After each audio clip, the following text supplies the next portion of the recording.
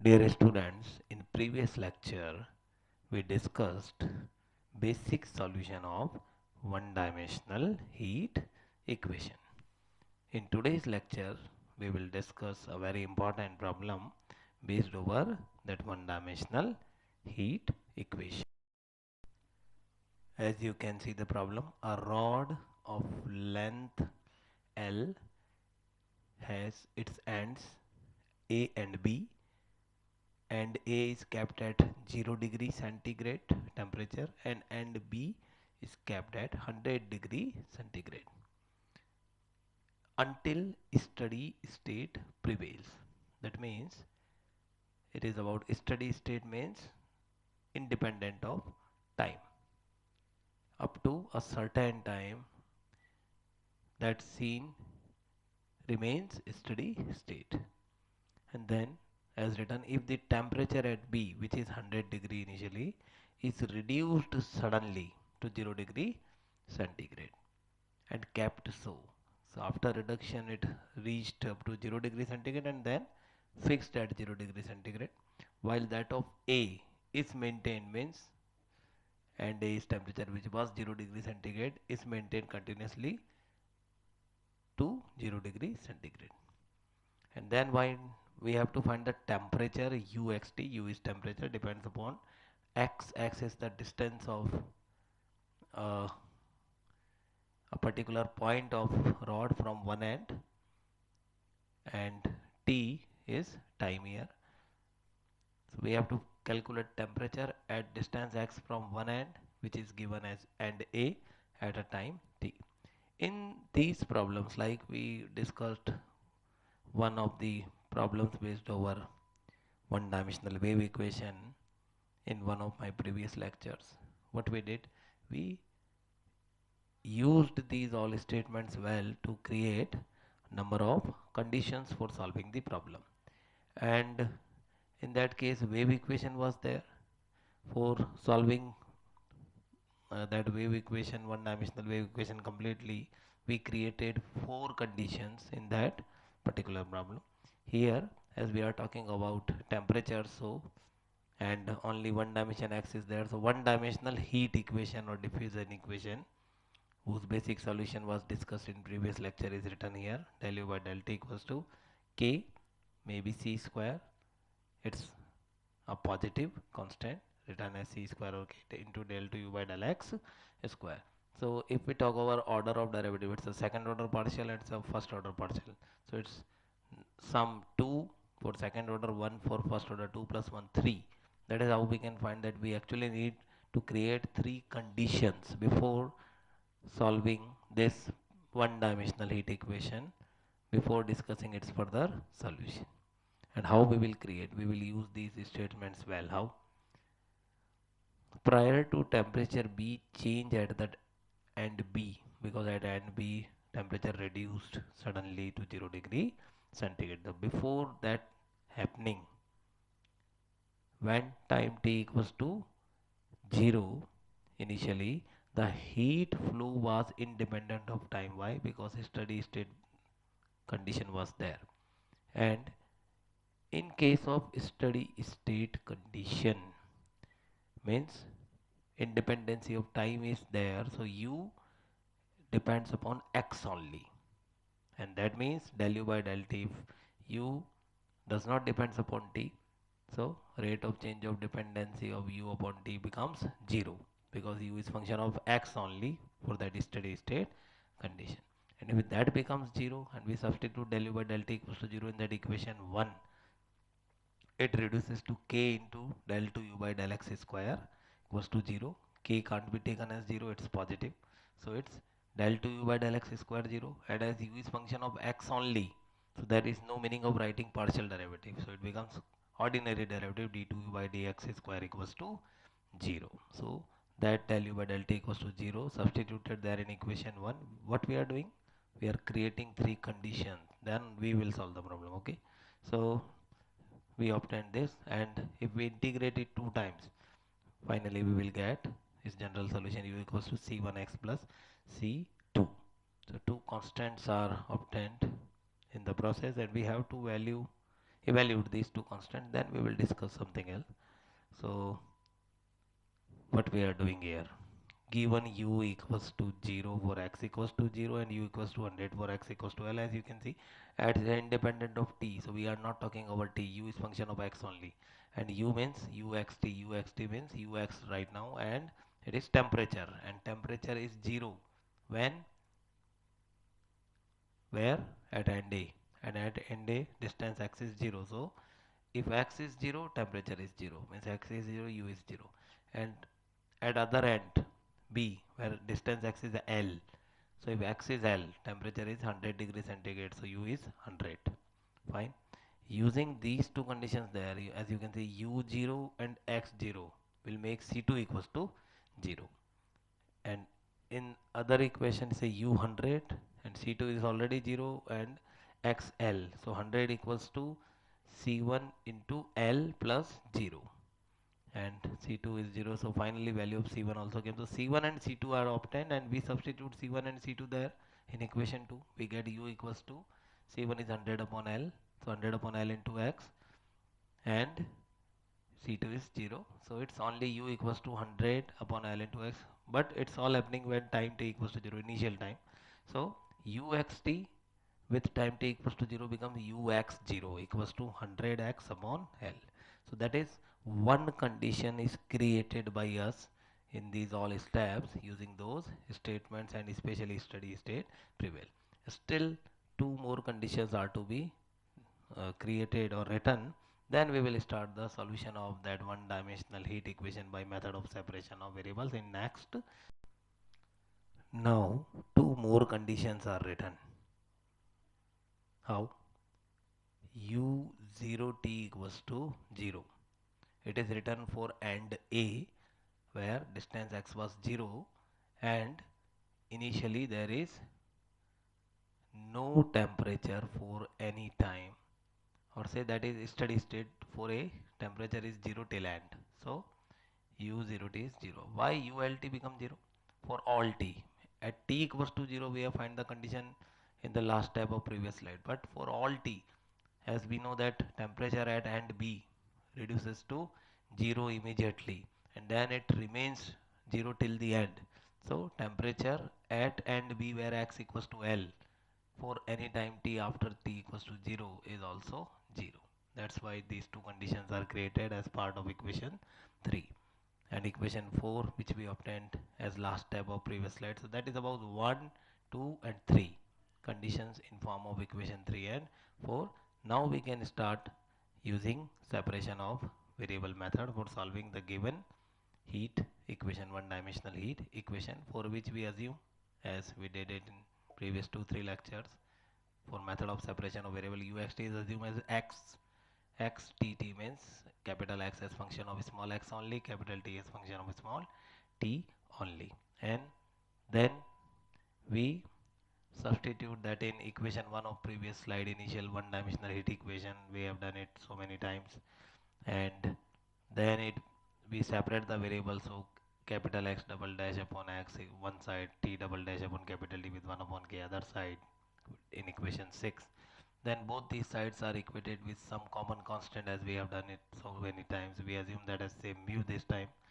So x double dash upon x equals to mu means x double dash minus mu x equals to 0, and t double dash upon kt equals to mu means t dash it. So t dash minus mu kt equals to 0. 7 and 8 are the equations, and then we normally what we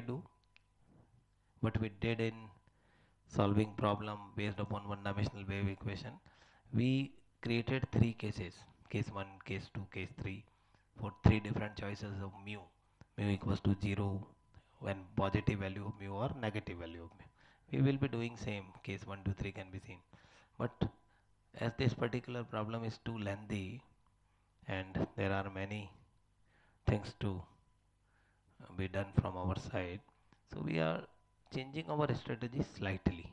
If we don't change, still you will finish the solution, but it will at least minimize the length of solution. What we are changing here, we are not solving these two equations together in all three cases. Normally we do that. We are just having focus over equation 7 of x double dash minus mu x equals second order differential equation. We will discuss that solution separately. Normally in all three cases we discuss these two solutions together. Here we are doing it separately. And x double dash minus mu x equals to 0 is there, and for that conditions are also revised for that differential equation only. How? 3 and 5 means that equation 3 and 5 are mixed together. 5 means what we assumed, uxt equals to xx into tt. If you substitute that equation 5 in equation 3, what will happen? Because in place of uxt you can substitute xx tt in left hand side, but as you can see value of small x is 0, so it is x0 into tt and equals to 0 in right hand side. You can see x0 dt equals to 0. Then in other part of equation 3, if uxt is substituted as xx dt and small x, value of small x is l, so xl tt equals to 0, xl tt equals to 0.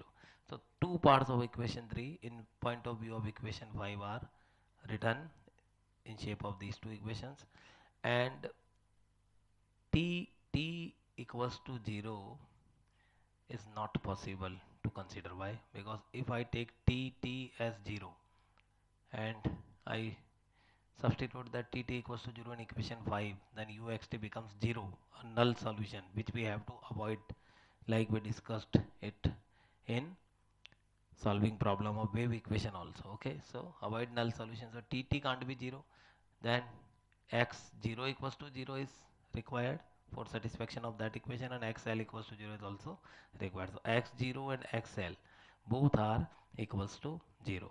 That is, those conditions in x and t both are developed in small x only in shape of equation 9, and equation 7 is the equation which we will be solving under these two conditions. And then we are now discussing three cases. Mu is 0 means then mu is lambda square means only positive, mu is minus lambda square means negative, as we have done always. And I'm not going in certain details. Even you can drop case 1 or 2 also while solving the same problem in examination. You can consider only case 3, because if mu is minus lambda square in that equation, so it's x double dash plus lambda square x equals to 0, for which you will find a solution with CF in terms of cos and sine only, as we have discussed in last lecture for basic solution of one dimensionality equation also. The trigonometrical solutions are suitable for physical nature of the problem. So out of these three cases we will consider only third case. Even you can as I told you, drop these two also. So equation 12 is the key equation here, and we have to use those two parts of equation 9 which we create as x0 and xl equals to 0 to calculate these constant in next slide.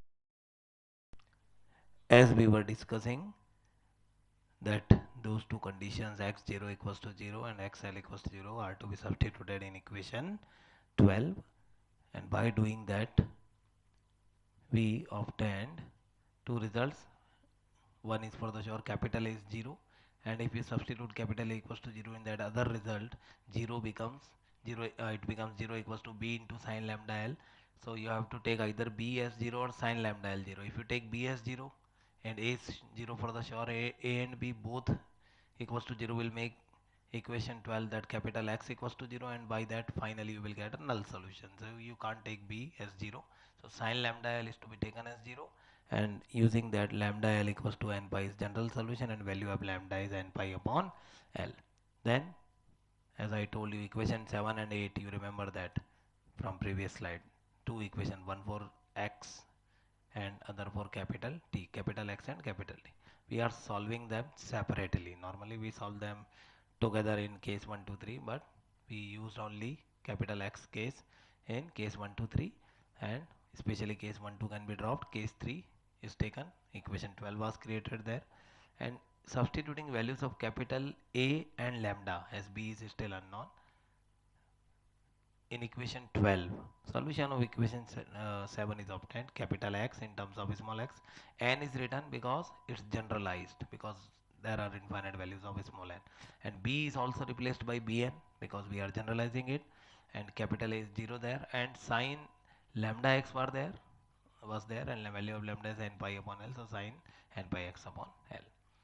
Then we will utilize this equation 14 means solution of at least one part of separation of variable case, and then we are now separately solving equation 8, that is for capital T given there, and we separate the variables dt, capital T dash was there in equation 8, so that means dt upon d small t is taken over other side, capital D is taken this side, and then we are assuming Cn square equals to n square pi square k upon L square. You can see n is a standard constant there, pi is also absolute constant, and k is the problem with constant which was included in one dimensional heat equation from the beginning. L is the length of rod, so all are standard constant. That means Cn square is not a new unknown constant. Okay, just for simplicity, instead of writing these all, we are expressing them as Cn square. At last we will substitute value of Cn square.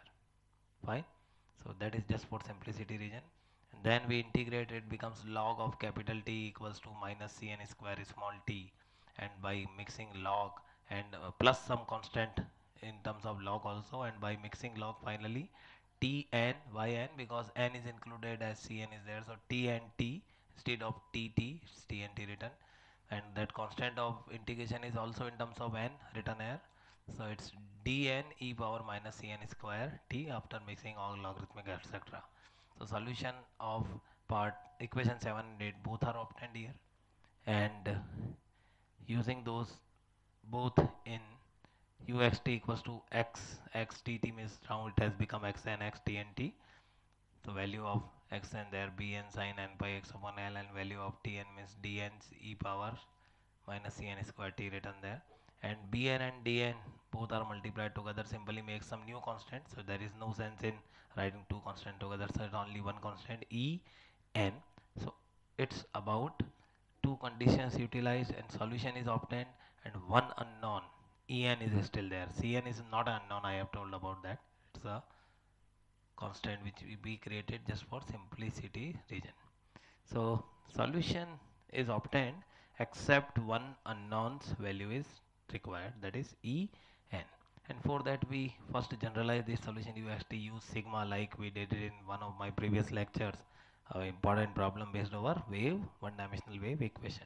So general solution sigma equals to n, sigma n equals to 1 to infinite, then u n x t substituted there, and if we have to calculate En, and for that purpose third condition which is written there in equation 4 of previous slide, that is one more condition, u x comma 0 equals to 100 x upon L is written there is in equation 4.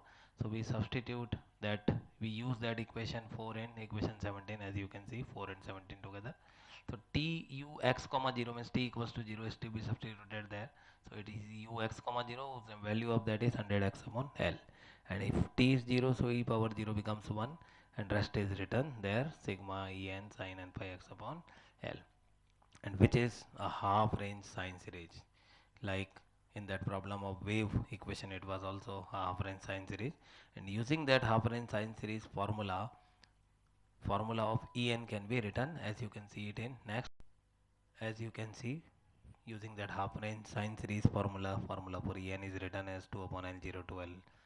So it's important to remember formula of half range sine series for solving such problems. In the end, the last constant can be obtained after generalization in n by that half range formula only. So it is simply x into sin n pi x upon L. So product of two function, and as you can see these functions suggesting that use integration by parts, and that is simply integrated by parts and substituting all limits. We know about these all things, so it last term becomes 0, and its cos n pi, value of cos n pi is always written as minus 1 power n if n is a natural number. In fact it's an integer, it has to be written as minus 1 power n, so it's minus 1 power n, and that negative is also mixed, so minus 1 power n plus 1, 200 upon n pi that, so it's final value of En. So in that equation 17 of previous slide, that value of En, which was the only unknown, is substituted.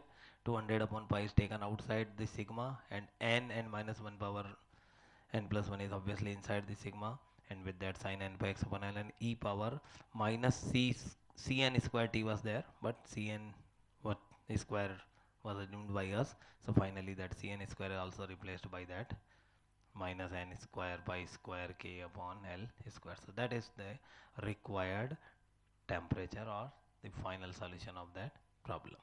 In next lecture we will discuss. Up to this we have discussed one dimensional wave equation and an important problem based on that, then one dimensional heat equation and an important problem based upon that. In next lecture we will discuss basic solution of two dimensional Laplacian equation.